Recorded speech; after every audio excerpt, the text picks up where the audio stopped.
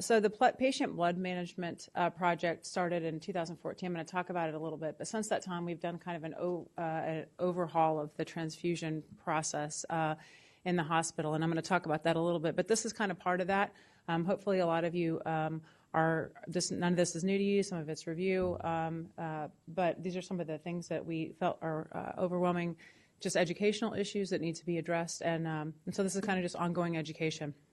So I think most of you know me. Dr. Petkova came to us in 2014 from MUSC. She actually is double fellowshipped in blood banking and also hematology oncology from the Medical University of Wisconsin. She's been a huge ally to the Department of Surgery, Surgical Critical Care, and Trauma, as well as Mike Healy, who's in the audience back there. They've been incredibly supportive to all of our initiatives, and so I want to very much thank them. And with that, I have a lot to get through here, so I'm going to go ahead and get started. So no disclosures. So again, we're going to talk a little bit about Patient Blood Management Project, and although that name may not sound familiar to you, if you're clinical and you work at Christiana Hospital, you've been involved in it. We're going to then talk about a little bit about resuscitation technology and resources that we have available here at Christiana. Again, hopefully most of this is not new to you. If it is, it's an overview, or it may be new if you don't do a lot of resuscitation. A little bit about the MTP and TXA. Dr. Petkova is then going to kind of take over and talk a little bit about those from a more scientific background. She's very clinical, but she's an amazing educator. I'll do the jack of all trades trauma surgeon spiel, and then Dr. Petkova can follow up behind me. And she's also got some great case presentations to illustrate some of the principles we're going to talk about today. So the Patient Blood Management Project, again, was started in 2014. The overall initiative was to decrease blood usage and transfusions throughout the hospital from a financial standpoint and also from a risk safety standpoint for our patients. Multidisciplinary team was assembled, including a new transfusion safety officer, which was Brenda Rubino at the time, and then representatives from all departments throughout the hospital. So I represented surgery. Dr. Matt Powell, who is here, did anesthesia, and Dr. John Powell was from emergency medicine, and then multiple representatives. Ray Blackwell is from CV, et cetera, from around the hospital. So with this, transfusion guidelines were created. We aligned CPOE transfusion orders, which is why in the residents in the room know how frustrating that was to get used to having to put a reason why you were transfusing, that you could only use one, et cetera. That came from that. Education for providers, which hopefully most, if not all of you, participated in that on some level at some point within the last couple of years. Internal reporting measures were created and used to feed back to these departments and service lines. We eliminated daily labs, which again at the time was a huge annoyance for everybody, but has since proved to be a very huge decrease in cost and effort throughout the institution. And also reduction of types and screens. As you remember, we used to get a type and screen on every single elective patient, which was really a waste and overkill. And then TEG was actually part of this as well. In doing that, there was overall a 23% decrease in reduction of packed red blood cell usage throughout the institution. So that's huge. You guys can all give yourselves a pat on the back for that. And if you look at the numbers that went along with that, it represented over a savings over $1 million annually, which is incredibly impressive. But more impressive is the fact that we went from somewhere around 25,000 units yearly down to less than 20,000 or maybe 19,000, which is really impressive and excellent for our patients. So in regards to plasma, focusing on that, the greatest educational opportunity throughout the institution is really to become more evidence-based in regards to warfarin reversal. Hopefully everyone in this audience is aware that we are no longer reversing warfarin with FFP. That should not be happening anymore. Guidelines came out about 3 years ago. Initially, I think many of us, especially in surgical critical care, were very leery. As hopefully maybe you remember or don't remember, when we reverse warfarin, it was supposed to be weight-based. So, you should be giving to the average patient probably 5 to 6 units of FFP if you're truly appropriately reversing their warfarin, which we were not doing. Anybody remembers we were giving vitamin K and maybe 2 units of FFP. So we were treating ourselves with that FFP. And once we got used to doing it, we actually realized that it was a total wastage of FFP. So danger to our patients and a waste financially and also resources. So hopefully you're no longer doing this. If it's urgent or non-urgent, people should be getting vitamin K. The risk of anaphylactic response, which was always the medical school thing that we learned, it was very dangerous, etc., is actually very minimal, and I've honestly never seen it happen, and be interested to see if anybody's ever actually seen that. What it does is that IV vitamin K will reverse will normalize things in about 6 hours. If you have life-threatening bleeding, the recommendations are now to use Kcentra along with IV vitamin K.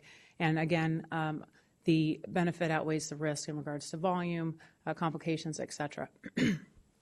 And again, if you, in the rare occasion that you need to be reversing someone and you feel that Kcentra is too high a risk for the thrombin burst that's generated, et cetera, then you should be doing weight-based. So 5 to 6 units, and then along with your vitamin K. So in starting that, which again, this was about 2 to 3 years ago that initiative started as well, you can see that we've made some progress, but there's still some work to do. Overall, we started at, if you look at 2016, maybe 15% of orders were still for warfarin reversal, and we're still, this was as of November 2017, still 9%, so still some work to do. And as you can see, an overall trend down, but still some intermittent spikes of usage. So hopefully we can all take that home with us today, that we really should no longer be using FFP to reverse warfarin. So ongoing efforts for the patient blood management project, which is really the majority of the reason that we're here today. The FFP usage is a huge part of it. Platelet usage was a third wave of patient blood management project, and the transfusion recommendations, the guidelines have been adjusted, as well as the CPOEs, but there hasn't been a true educational rollout for it. Hopefully we're using platelets responsible. I think that's improved, but there's still a little room to do with that. And going back and looking at some of the cases, we need a little bit more education, ongoing education using TEG and targeted resuscitation. And then the other project, the other portion of this, which is still yet to come, which should come within the next 1 to 2 years, is the Cerner Bridge project. It's unfortunately been kind of stonewalled, or maybe put on the back burner is a better way to say, for other IT priorities right now in the building, but hopefully within the next year or so we can get this up and running. And what that is anyone who's transfused blood, we're still manually validating blood transfusions, and we're still manually putting in those numbers on paper, which, in 2018 we can all talk about the concerns for that. So this is coming, and so it'll be electronic accountability of transfusions. So there'll be a scanner, and then once you get that to blood, it'll say 325 milliliters of packed red cells. It'll go into your eyes and nose, et cetera. And then also patient verification, which, as you know now, is two people, very lengthy, and they're still doing it manually. So hopefully within next year or so. Moving forward to viscoelastic hemostatic assays, which again, there's no commercial bias to this presentation, although we do have TEG in this building, so I'm going to focus on TEG, but there are both machines available. Some places have ROTEM, some places have TEG. They basically do the same thing with different variables, but really looking at the same thing. So we use TEG here. What is it? It's a graphic representation of clot formation and lysis, i.e. breakdown of clot. It's a tool for evaluating hemostasis and then the effect of blood component transfusions on your coagulation. It's also really the only way to quantify hyperfibrin lysis, in other words, clot breakdown. So the way that it works, hopefully this will work for you, yes. Okay, so you get a small cup of blood. It's 2 to 3 milliliters. It's put into the machine. This little pin comes down and spins back and forth. As the blood begins to clot, it adheses to the little pin, and it forms a torque. The torque is then translated into a graphic representation of the clotting process. So like with anything else, there are normals and standards. This is a normal graphic representation, and then there's variables that you use then to evaluate that normal clotting process. If this was your first time seeing it, looks very overwhelming and confusing, and what in the world is all this? But actually, when you learn to use it, it's really very easy. It's just like looking at, if you know an INR, everyone's comfortable with that, then an INR of greater than 2 is pathologic, et cetera. A hemoglobin of 6.5 is low. It's the same thing. So your R time, or your R time is in the standard TEG, ACT is in rapid TEG. That is the time that it takes to make a clot. And that's the time for fibrin clot formation. The K and angle actually represents, sorry about that. The K and angle actually represent the factor and platelet interactions.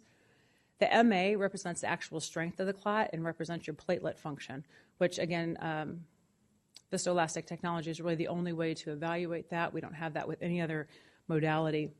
And then the LY30 is the amount of clotting, or the lysis of clot at 30 minutes, and it reflects the fibrinolytic activity. For rapid TEG, there's tissue factor that's added, which helps to accelerate the clotting process, and it gets you your results a little bit faster in about 20 minutes. We are doing a rapid TEG with all trauma codes. We no longer do the INR, PT, PTT. We're just doing a rapid TEG. unless someone is on warfarin, and at that point we're still using standard coagulation tests. Again, the ACT versus the R. The R is with the standard TEG. The ACT is with a rapid TEG. The cost difference, rapid TEG is about $30. A standard TEG is about $5. If you're actively resuscitating and really needing this information and an expedited time frame, you really should be using your rapid TEG. Otherwise, the regular TEG is completely appropriate. So standard graphing, these are just standard TEG. So this is a normal here. It takes if you're going to compare everything to A here, A is your standard graph here. It takes a very short time to make a clot. The clot is nice and thick, and it doesn't break down at the end. This would be somebody who's, per se, on like a Pradaxa, like anticoagulants, or somebody who's a hemophiliac. It takes a very long time. I always call this the nose, a very long time to make the clot, and then it's not near as thick as this. It's weak. This would be somebody who's on a platelet blocker. As you can see, again, it takes a longer time to make that clot than the standard time, and it's very thin. The platelets, again, provide the strength of the clot, so it's very thin. This is someone who's fibrinolytic, so it takes a long time to make the clot. It rapidly reaches its peak, and then it quickly lyses. This would be somebody who is hypercoagulable. I actually have a great one not too long ago of a metastatic cancer patient who came in like this, so very short time to make a clot, and then a very strong, thick MA, so very strong clot and no breakdown whatsoever, and then this is DIC. So how do we use it practically around the hospital? Shoot, I forgot those cards. I'll bring them back. We have laminated cards, and you can either have a card yourself or, a lot of people just take pictures, put it in their phone. It's a little bit easier for those of us now with our iPhones. That's the one side that you can use to then look at your TEG as it's formulating on the computer and compare. And then the other side has your average, your standards, your norms. So in other words, if you're looking at your TEG and your MA comes in and it's 42, okay, that's telling me that my clot strength and my platelet function is not very good, and I need to give platelets. So that's the way it's used practically. For the order set, anybody who's ordering it, this is what it looks like. The only thing I really want to point out here is that the heparinase option is really only for patients who are on, let's say, heparin or Lovenox, i.e. they're therapeutic. Maybe they come in and they are on a therapeutic Lovenox and they're with a GI bleed or something like that, or maybe prophylactic dosing. The way you get to it, it's on the portal. When we first rolled this out in 2015, we identified all the computers. People were clinically going to be using this. If you come up with more, if you want TEG in your area, we don't have it, please let me know. It's very easy to get it added to your computer system. But you just click on the TEG remote viewer, comes up like that. You choose the remote viewer, no password. This screen comes up right here. You double click, and there you go. So you can actually use it real time. So if you're in the operating room and you want to pull it up, which is what we are doing with all of our trauma codes, we pull it up and we can kind of watch it. Anesthesia is on the other side. It's kind of cool. They have it on their computer there now as well, or we can have it in the main screen. And then as we're operating, we can kind of keep an eye on things. And in particular with our trauma patients, we really look at our LY30 here. Just as note, the stars mean that it's still kind of percolating. It's not done yet, so it's not finalized yet until the stars go away. So limitations, it's not meant for monitoring warfarin, although Dr. Petkova is going to talk about that a little bit. We're still using INR if patients are on warfarin. And as of right now, we do not have the availability to do platelet mapping, which helps to detect bleeding risk for people that are on the platelet blockers, although that hopefully will be coming soon within the next year or so once the technology is approved. So in regards to the DOACs, what you'll see on TEG, maybe, and I say maybe, is a prolonged ACT. It's fairly reliable with Pradaxa. You, for the most part, will see a prolonged ACT if it's active, although if somebody took their Pradaxa and they have a normal ACT, it doesn't mean that it's non-active, and it doesn't really relate clinically. The two other drugs that we probably use the most in this community are Eliquis and Xarelto. If you get lucky to have to be 4 to 6 hours after the patient took their Eliquis, you may or may not have a prolonged ACT. If it's afterwards, again, you may or may not, and most likely you won't have a prolonged ACT, and that does not relate clinically. So I wouldn't say if you have a normal ACT and somebody comes in 12 hours afterwards that you're not going to be coagulopathic if you have to go to the operating room. And the same thing with Xarelto, except for that it's if you can get it in before the first half-life, which is anywhere from 5 to 9 hours, and 11 to 13 hours in the elderly, which is fortunately or unfortunately, who we usually see on these drugs. So a little bit about resuscitation. I get asked fairly frequently, so how do you want us to use it? What do you want us to do? How do we use TEG in resuscitation? So for trauma, we really should be continuing with 1-to-1-to-1. That's our evidence base. That's a whole nother lecture, but hopefully at least the residents are shaking their heads and understand we're doing 1-to-1-to-1 resuscitation with the whole idea of mimicking whole blood with putting the components together. So we should be doing 1-to-1-to-1. Hopefully when the patient comes in, we're getting that rapid TEG, it's getting sent off. And then we can look at it and see initially when this patient came in, were they coagulopathic to begin with? Did they have a prolonged ACT? Were they maybe on a DOAC? Did they just have a prolonged ACT that maybe we need to focus on if we're only giving a couple units of red cells, et cetera? Or maybe their MA is a little bit low and we could give platelets a little bit earlier than we would. We should continue with damage control resuscitation, 1-to-1-to-1 with permissive hypotension and all those principles. Again, a whole nother lecture. But early OR-IR and then minimal crystalloid and vasopressor support, we really should be using blood in a 1-to-1-to-1 fashion. Damage control surgery, from our standpoint, get in, stop the bleeding, stop the contamination, and get out and go and resuscitate, fight to live another day. Once the LY30 comes up, which we're all looking for, are they lysine clot? And if so, then we can give TXA. And I'm going to talk about that a little bit later here. And then once surgical hemostasis is attained, again, get back to the ICU. At that point, we get another TEG once we have surgical hemostasis and then decide if we can target what the coagulopathy may or may not be, depending clinically on the patient. And Dr. Petkova is going to talk about that a little bit, some of the nuances of that aspect. So in surgical catastrophes, there's not a tremendous amount of literature out there about surgical catastrophes, i.e. AAA ruptures. We're doing a spine surgery, somebody gets in the iliac vein and has a tremendous amount of blood loss. But we can, for the most part, extrapolate the trauma literature.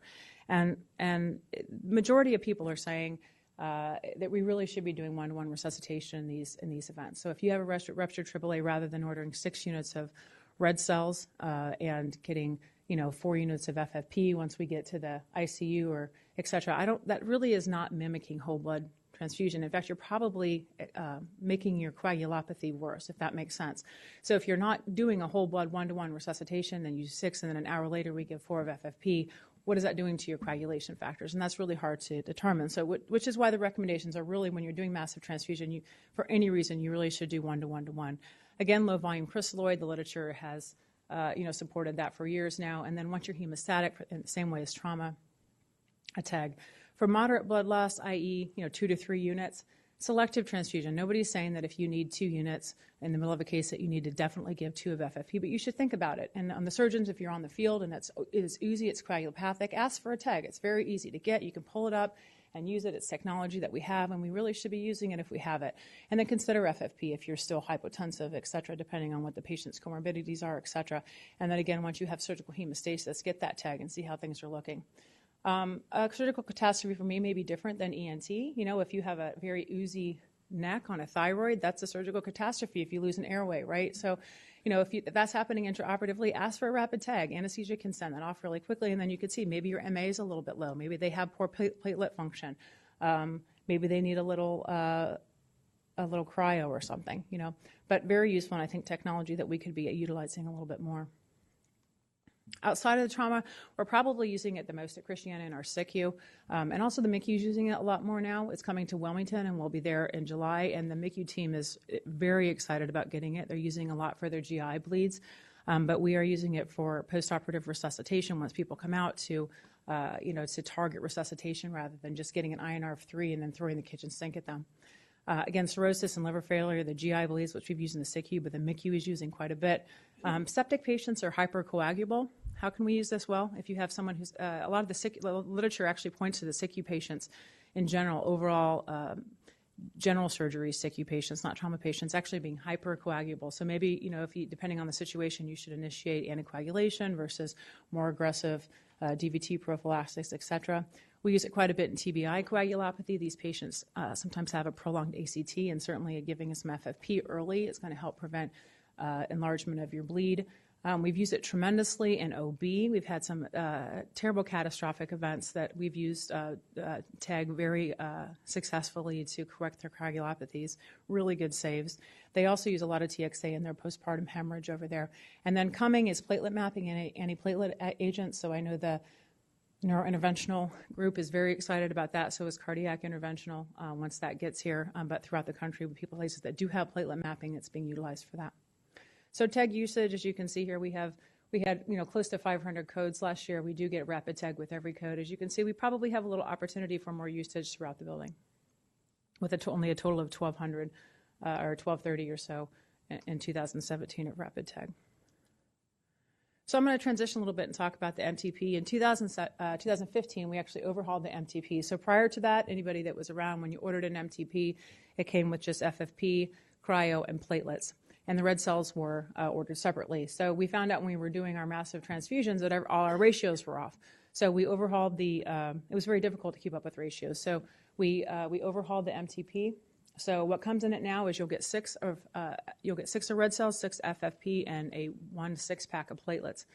And in saying that, I kind of want to talk a little bit about the policy and the support that we're getting from the blood bank. The blood bank is actually asking that if you think you're going to need blood, 2, 3, 4 units, something like that, that you ask for the MTP. Go ahead and order it, get it up there. And I think that really speaks to the amount of support that we're getting from them. They would much rather us keep our ratios, in particular with trauma or a surgical catastrophe, than to try to fight the coagulopathy that comes afterwards by trying to quote-unquote match ratios later. Because I don't really think, like I said before, we're not doing a true whole blood resuscitation with that if you're giving your 5 of FFP 3 hours after you gave your red cells, right? So they're really asking that you do that, and if you don't use it, then fine, return it, and that's okay. It's going to be it's in a cooler, it's safe, and they can reuse it. And just to kind of point this out right here, if you look, the time that it takes to get uncross-matched blood is 7 minutes. So if you're getting an MTP, you should be asking probably, under most circumstances, for uncross-matched blood. If you are waiting for a type and screen or a cross-match, it's 30 to 40 minutes. I would argue that you probably, if you have this amount of time to wait, you probably don't need an MTP. So just be aware of that when they're asking you on the phone. For all traumas, they're going to give us uncross-matched, that first MTP, until they get everything cross-matched. And even if we need the second one before they have it, they'll give us uncross-matched. But be leery of that, because if you're wondering why is it's taking the blood bank so long and you ask for cross-match MTP, that's the reason why. So now transitioning to a little bit about hyperfibrinolysis. Defined as excessive fibrinolytic activity leading to accelerated clot breakdown. So we all know a clot forms, at some point it breaks down. I don't know if you think about a hematoma, at some point it breaks down, but pathologically it should not be, a healthy person should not be breaking down a tremendous amount of clot as soon as it's formed. This is medical, not surgical bleeding, and it's actually defined as an LY30 greater than 7.5 by the manufacturer. The trauma literature really is very robust in this, but actually the initial paper came out in 2012, which is now quite a while ago, 6 years ago. But this came out of Houston, where they looked at 2,000 of their highest trauma activations. Houston's kind of unique in that they only have 2 level 1 trauma centers and 8 million people. So it is incredibly sick. They actually use their level 2s, and the level 1s only get the sickest of the sick people. So of these sickest of the sick 2,000 people, only 41 of them were hyperfibrinolytic. So it's actually pretty rare. But if you look at the 30-day mortality in that group, it was 76% as compared to 9% in the rest of the population. In the patients that had LY30 less than 3, the 30-day mortality was 10%, but if it was greater than 3, it was 20%.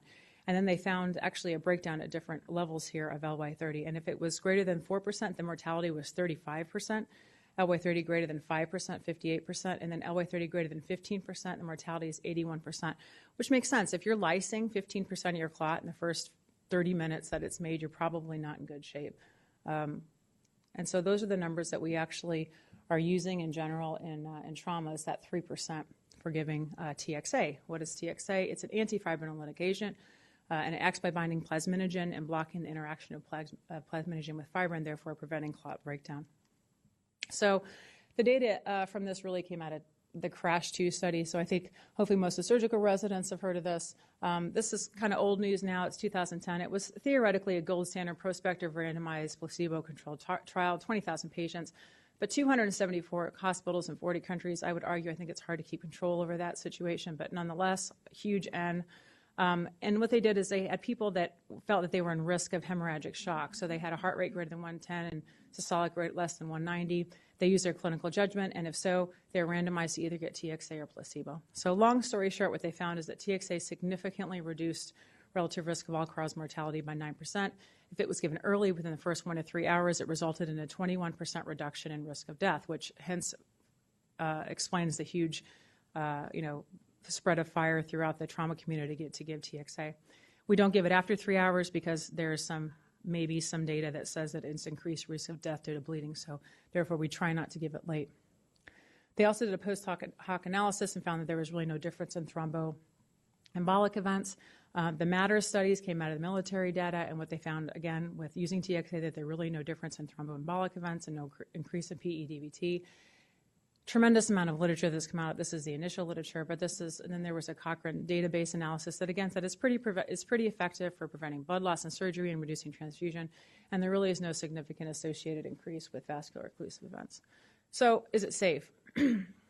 We are asked fairly consistently through the trauma department how we feel about giving TXA empirically out in the field. So, initially I was very leery because I think not all trauma patients are the same. A young person who comes in and they're 30 years old with a GSW is very different than, we have a tremendous amount of elderly trauma patients, right? They fall and they're on whatever, Pradaxa or nothing, and they have a hip fracture. Those patients are very different. So I always worry about the VTE risk with it. And so I've always been very leery of that.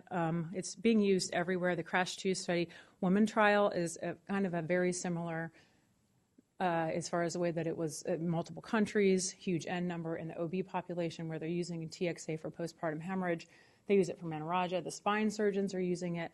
And I'm sure anesthesia, you guys are seeing this all the time where they're not only using it locally, but they're using systemically. Also with arthroplasty, there's a tremendous amount of literature about arthroplasty, prostate surgery, pediatric neurosurgery, dental surgery, you name it, people are using TXA.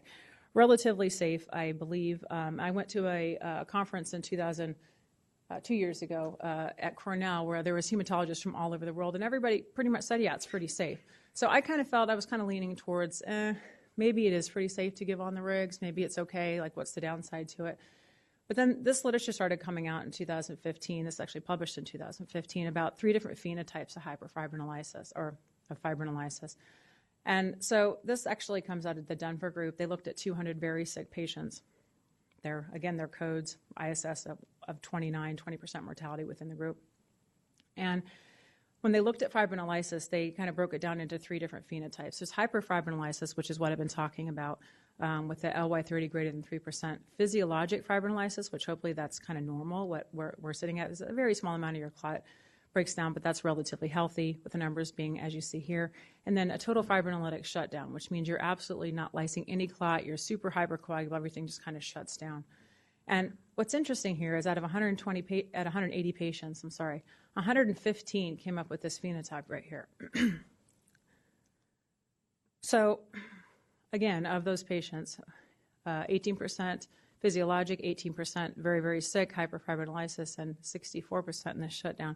So what does that mean if we're taking an anti-hyperfibrinolytic agent, i.e. TXA, and giving it to these people?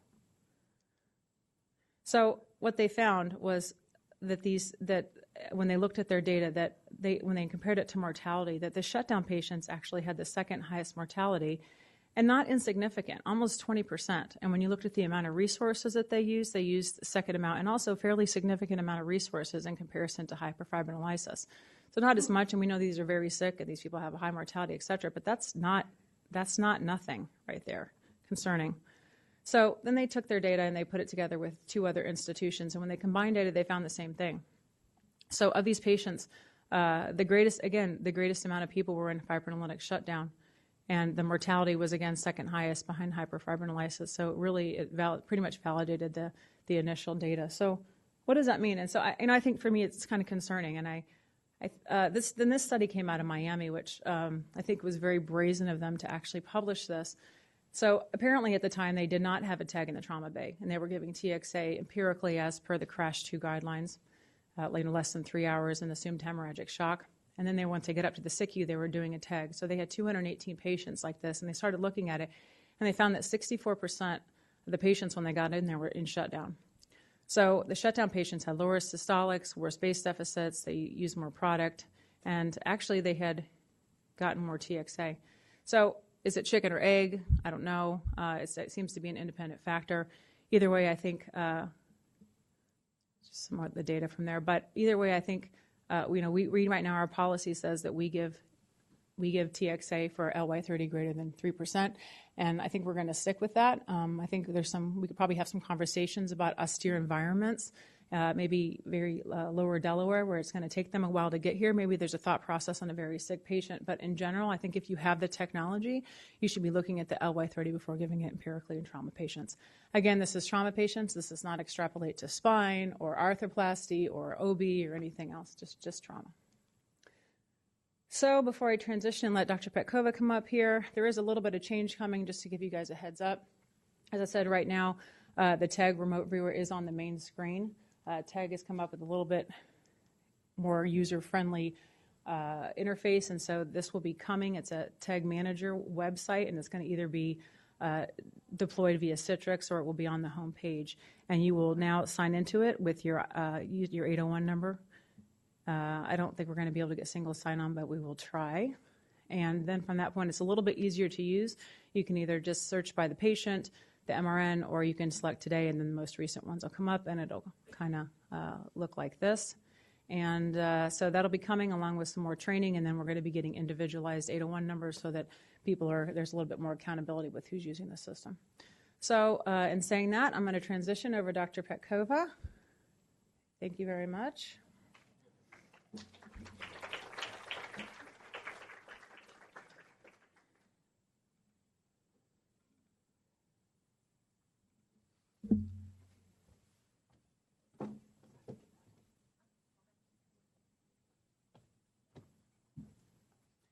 Good morning, everybody.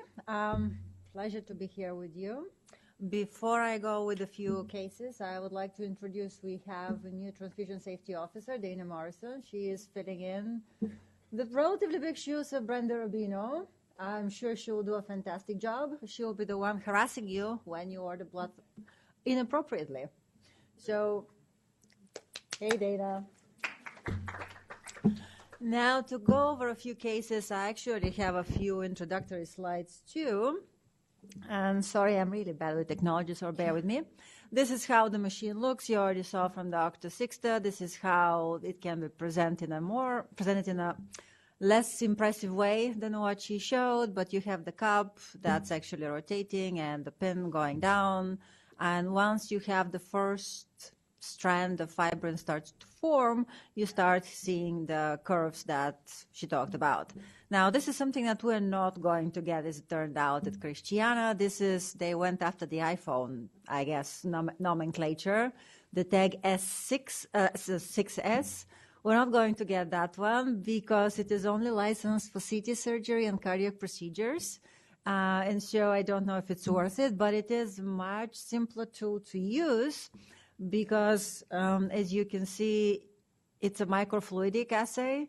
All you have to do is put the sample here, and the rest is run automatically in the machine. There is nothing to pipette, and it's a little bit easier on the lab. Unfortunately, since it's not FDA approved, like I said, for most other purposes, I don't think that we are going to, at this point at least, consider it.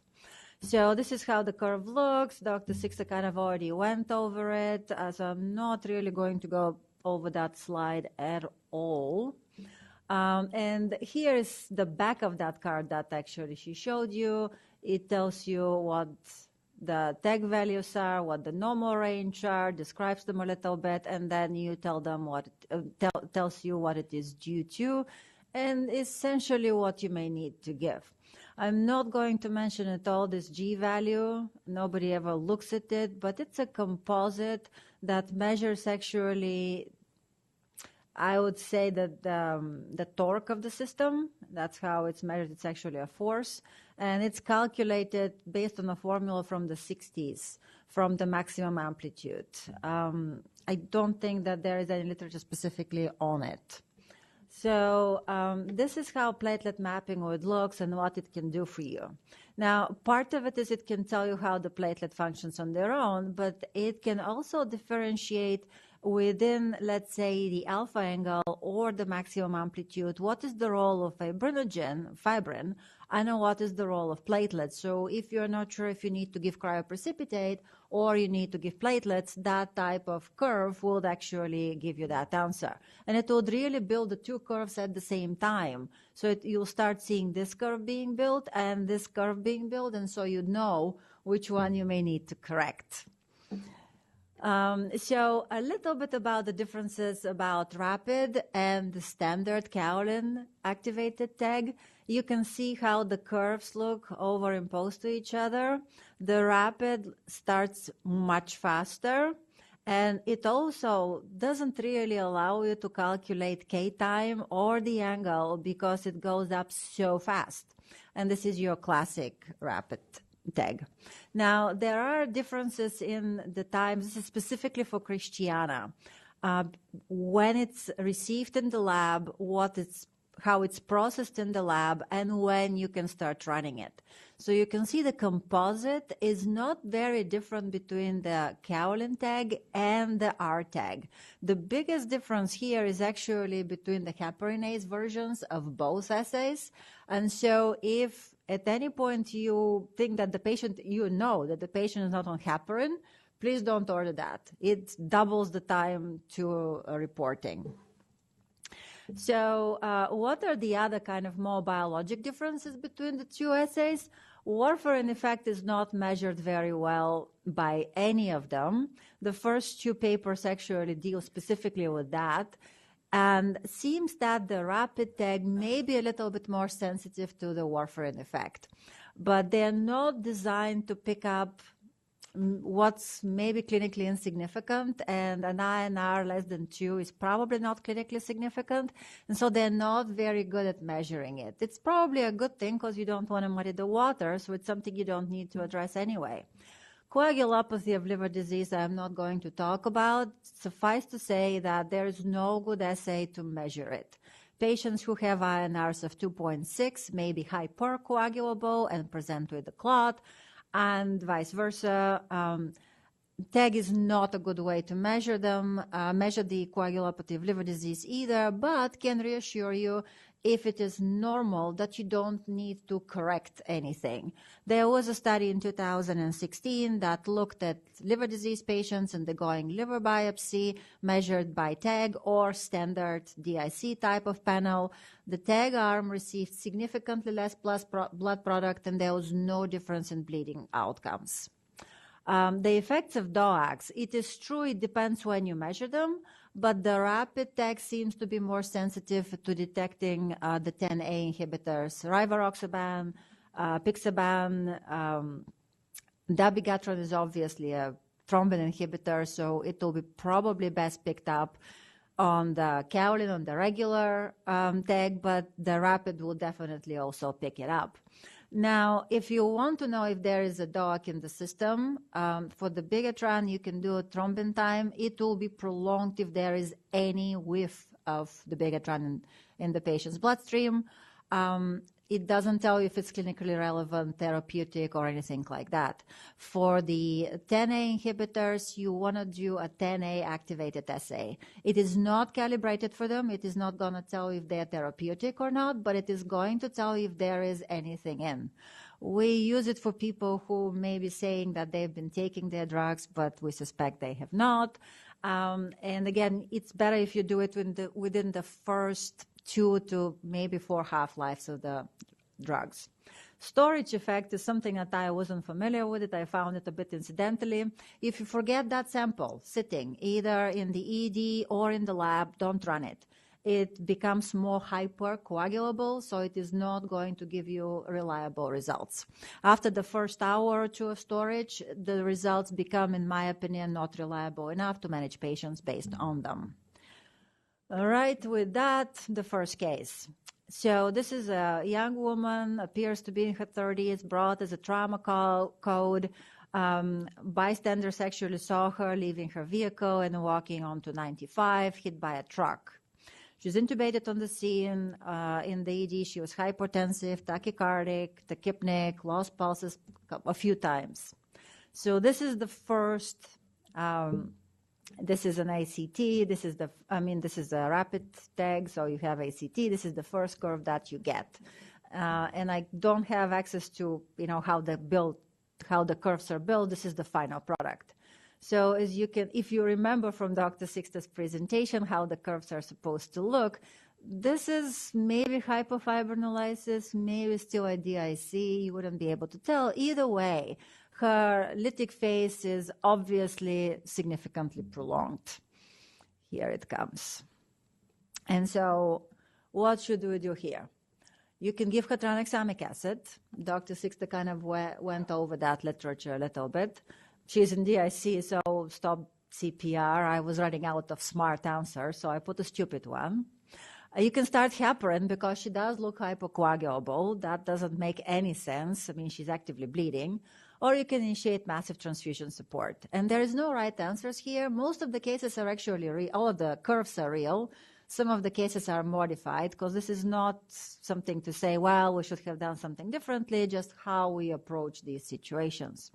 So should we give tranexamic acid? I'm not going to go over all the trials. Dr. Sixta kind of already did. But the issue is that there is maybe an increased risk of untoward thrombosis. This is actually the military study that maybe suggested that. This is the initial, obviously, paper that did not suggest that. There are differences between civilian trauma patients and obviously military bullet trauma-related patients. So this is a retrospective paper here. And this is kind of a nice overview and a nice discussion. What should we do and when should we use tranexamic acid? I liked it a lot, maybe because I'm not a surgeon. It was simply written for hematologists. But if you haven't reviewed it, I think it makes a good sense as to what the literature so far suggests and what can we do in the future. So the conclusion of that paper was, to me, very interesting, that yes, we can talk a lot about all the fancy gadgetries and what we can do in the blood bank to help you, but nothing replaces a surgeon with a silk suture, a 50-cent silk suture. So it is very important to actually go in and control the bleeding surgically. So this is exactly what this patient is getting into. She, I think, had numerous fractured, punctured lung, and this ruptured spleen. So she's been resuscitated with massive transfusion support. It was already immediately in this particular case. And yes, she did get tranexamic acid too. And so this is her next curve. As you can see here, she has abnormalities in both the alpha angle and the maximum amplitude. So what would you do for this particular patient? You can continue the massive transfusion support. You can give additional cryoprecipitate platelets, only give platelets, and check the IC panel to guide therapy. Now, the last answer, surprisingly, is not stupid. People do this. And we routinely see people who have both tags and the IC panels.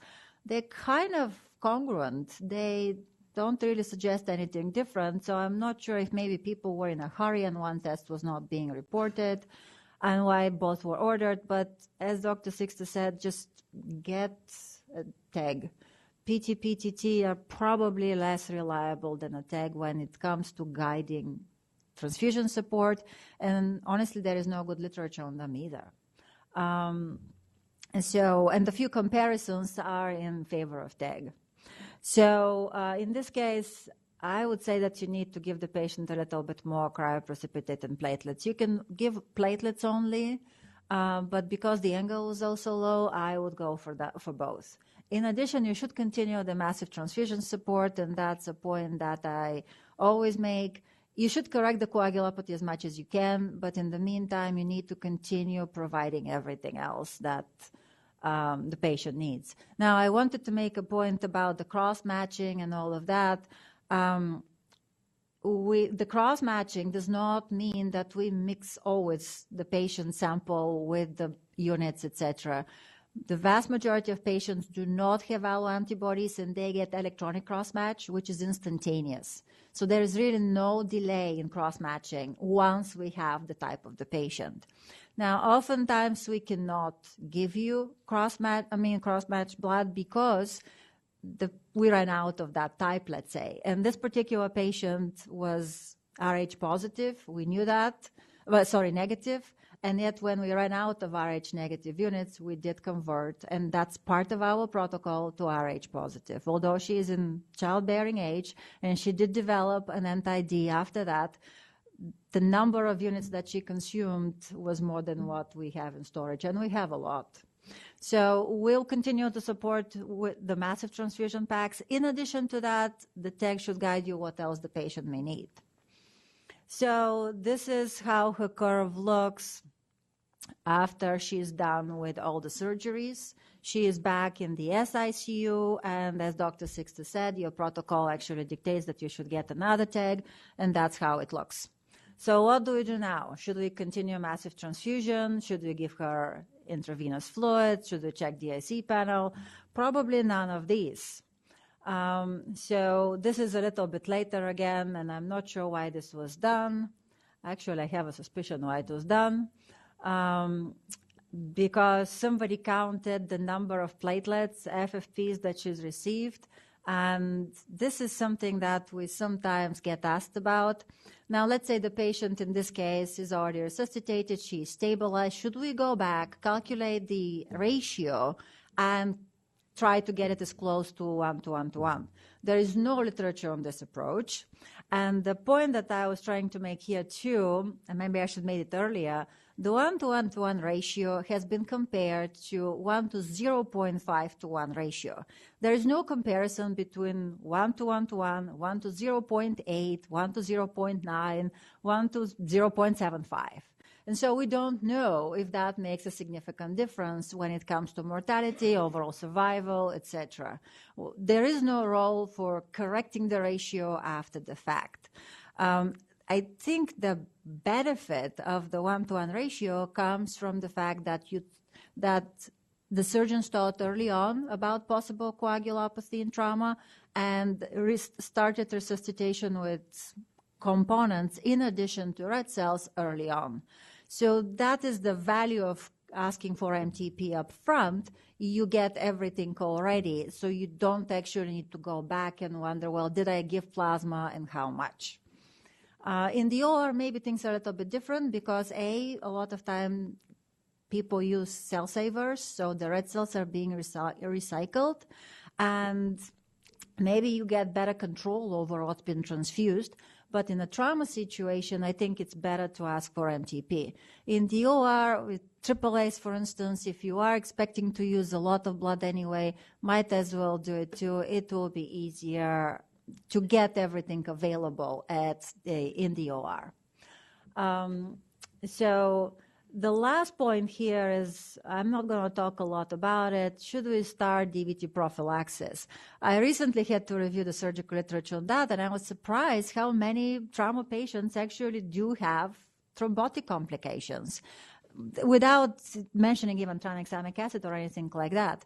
And so maybe in a person who is already stable and is no longer at risk for bleeding, this should be something to consider early on. So with that, let's move to the next case, and that's a short case, I promise. So 50-year-old female, bicyclist struck by a car, comes to the ED as a trauma, complaining of shoulder pain, no other obvious traumas, tachycardic, but blood pressure is stable. So this is her curve, and the only abnormality here is that the ACT is, well, slightly above normal. So what should we do? And Dr. Sixta kind of already went over that. How much plasma should we give? This is kind of the formula that you may use to calculate. In a 100-kilo person, maybe that's about 7 to 8 units. Now, she's a bicyclist, so we assume she's not 100 kilos. But that's a lot of plasma that you may want to give. Should we initiate massive transfusion support, or should we do nothing? In a person who is stable, maybe you just want to hold off and see what happens. So this is a paper, again, from Denver, Colorado, where a lot of the tag data actually comes from. They looked at how sensitive the individual parameters of the tag are to predict the risk of bleeding. And as you can see, they are not particularly high. For the ACT, they used a cutoff of 128, and even then, the positive predictive value was not particularly high. So should we do something for this person who has ACT of 121? I would say no, and that's what their schema is, that's how they address what to do. So this is all rapid text. They look at the ACT, the angle, the MA, and the lytic phase. Now, their lytic phase is a little bit different from ours. They use cutoff of 5 rather than 3. I don't think we know if there is one preferred number, but that is their recommendation. So to go to the next case, this is a patient with cirrhosis. You knew you wouldn't avoid that. I'm giving you a little bit more information than just a tag here. Upper GI bleed, so maybe variceal. INR is borderline. Platelet count is 28,000, and this is the fibrinogen. And so this is the tag. As you can see here, the maximum amplitude is low. Now, everything else looks normal. All right. So if you compare with the numbers, that kind of fits actually. I already mentioned that lower INRs will not be picked up by this assay. Platelet count is definitely low, so that is reflected there. And the fibrinogen is normal actually. And so that's also reflected in the fact that the alpha angle and the K time are normal. Well, we don't have K time here, but the alpha angle is normal. So in this case, what can you do? I mean, that was an interesting case scenario, but none of these are appropriate. This is something that we see a lot, and people ask me to address it, so I wasn't sure where to put it, so I put it here. This is not 1-to-1 ratio. First of all, it applies to trauma. There is no evidence to say that people who need 2 units of red cells develop significant coagulopathy that needs to be corrected. And the 1-to-1, the last one in the ratio, is actually based on single donor units of platelets, which we don't have here. So in Europe, where some of the literature comes from, most of the platelets are obtained from single donor whole blood donations, which are separated into plasma, red cells, and platelets, and that single unit of platelets is pulled together with 5 more, so you have 6 donor units. Now, in this country, we only have apheresis, so we only have that technically 6 donor unit. So there is no such thing that we can split into to give you the equivalent of 2 single units. So this is really an inappropriate order, and so we should not be seeing this in the blood bank. Does not make physiologic sense, and there is no literature on it either. So should we give this patient both platelets and cryoprecipitate? I already said that the fibrinogen is actually normal. Should we try to get it more than 200? Probably not. And then 1 unit of platelets, that will be my preferred suggestion. This is not wrong. You could make a case for that. And then massive transfusion should be driven based on the clinical situation. Is the patient unstable? Do you expect that they would use more than 4 units of red cells? I didn't even mention hemoglobin here because this is not the point. This is a clinical decision, all right? Case number 4 is a pregnant lady, comes after a motor vehicle accident, complains of abdominal pain, has the typical seatbelt sign, and OB tells you that she needs to undergo emergency C-section. So this is how her rapid test numbers look, and this is a real case with actually the management was slightly different from what maybe you'll come up with. So her ACT is abnormal, her angle is abnormal, her maximum amplitude is abnormal too. The lysis phase is fine, so I don't know if there is any literature on OB patients anyway, but there is the women's trial. Women with postpartum hemorrhage were given tranexamic acid and had significantly less need for transfusion support. There's an ongoing Women 2 trial that is looking into whether we should do it prophylactically for all births rather than just for the hemorrhage patients. Now, this is not even the case here. So this is her curve, okay? And so these are the options. You can give her fibrinogen because cryoprecipitate, sorry. Her alpha angle is abnormal. Give platelets because the maximum amplitude was abnormal. Give her plasma. It will correct everything, so, you know. You can start heparin drip because she's hypocoagulable. She does look it. Give her tranexamic acid, and that was done, indeed. or none of the above. So this was redundant either way. So what she'd actually get was plasma. And I think what happened was that somebody looked at the numbers, saw them that they were abnormal, and decided to correct them without actually looking at the curve. So I think it's very good that we are going to have the graphs on all computers in the hospital, so people don't just look at what's red in Power Chart, but rather look at the actual graph. So case number 5, there is no clinical scenario because if you look at the curve, it doesn't make any sense. All right? If you just look at the numbers in Power Chart, you may decide to do something. But if you look at the curve, that does not make any sense. So very rarely, but occasionally, the lab makes mistakes. And so this is a typical lab error, and this patient was not managed based on that result, luckily. But just so you know, we make mistakes too, and you need to be able to pick them up if we don't. All right. Last case, I promise. 62-year-old, I guess I put in old ladies, cholelithiasis. She is 2 days after elective laparoscopic cholecystectomy, develops nausea, vomiting, belly pain, tachycardic, hemoglobin is 6.8 from 11 point some before the surgery, and her CT shows perihepatic hematoma. Now, this is her curve. Now, this is a little bit of a skewed curve too because it's not parallel to the axis of the assay, but you can see that there is a lot of abnormalities. The ACT is very long.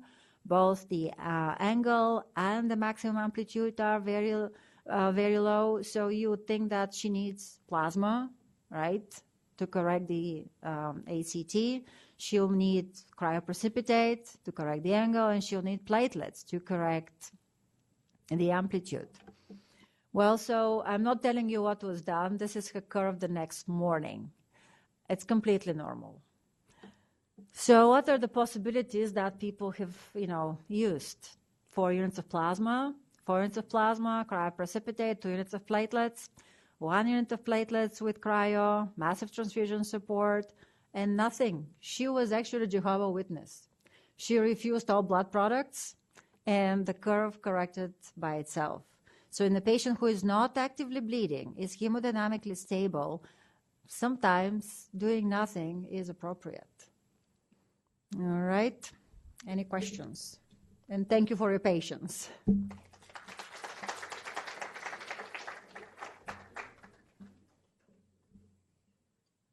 For me or for Dr. Sixta, no questions? Any questions at all? So if you're called from the blood bank, then you better have questions now before I have to call you. Arvin.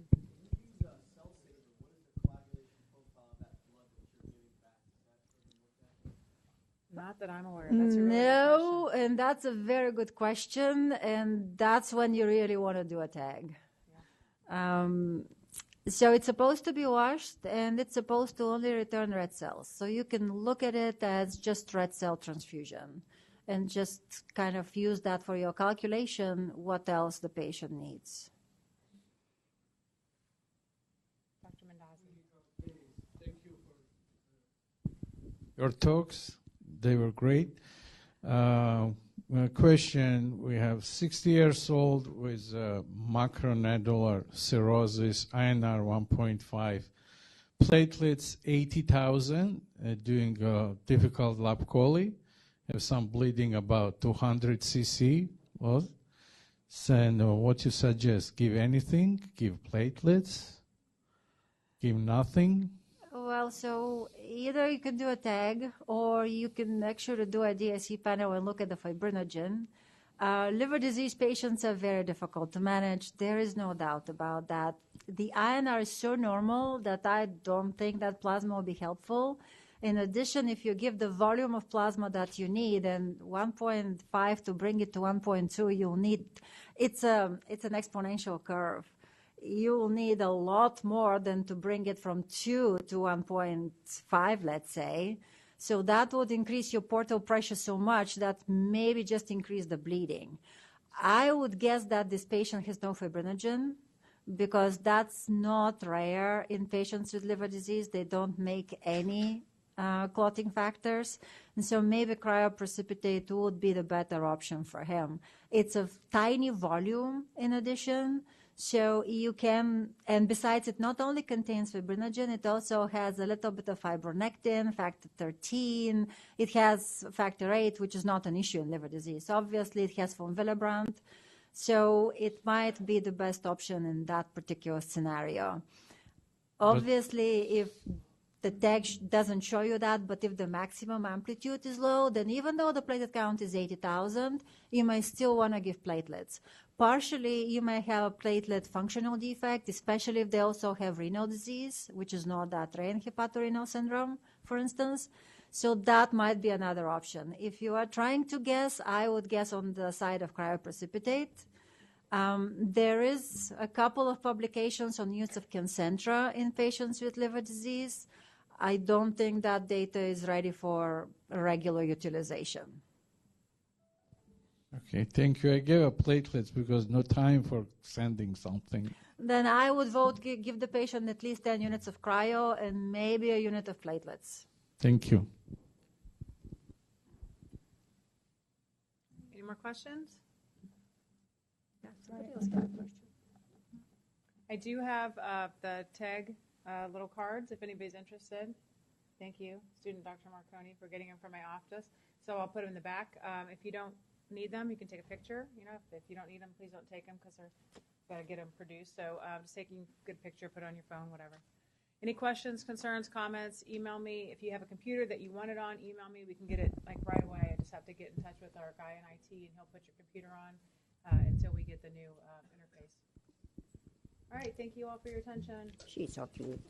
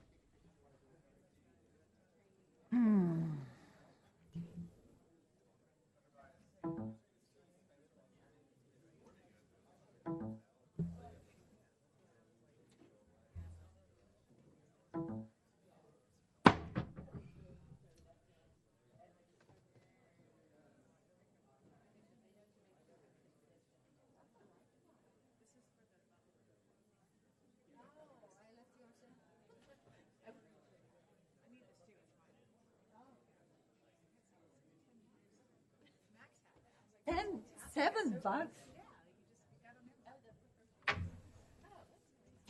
So is that your? Yes, that's okay.